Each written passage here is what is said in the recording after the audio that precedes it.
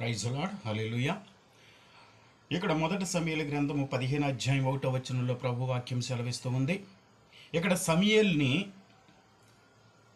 దేవుడు పిలిచి ఒక ప్రాంతంలో ఒక వ్యక్తి ఉన్నాడు, ఆ వ్యక్తిని ఇశ్రాయేలు ప్రజల మీద రాజుగా ఉండటకు నువ్వు వెళ్ళి అభిషేకించు అన్నప్పుడు సౌలు దగ్గరికి సమూయేలు గారు వచ్చి, అయ్యా, నిన్ను ఇశ్రాయేలు ప్రజల మీద రాజుగా ఉండటకు యెహోవా ఏర్పాటు చేసుకుంటున్నాడు, అందుకు నిమిత్తం నువ్వు యెహోవా మాట నువ్వు విను అని ఆ సమూయేలు గారు సౌలుతో చెప్పుతున్నప్పుడు విన్నట్టే విన్నాడు. కానీ తర్వాత దేవుడి యొక్క పనిని కొనసాగించలేకపోయినట్లుగా మనం చూస్తూ ఉంటాం.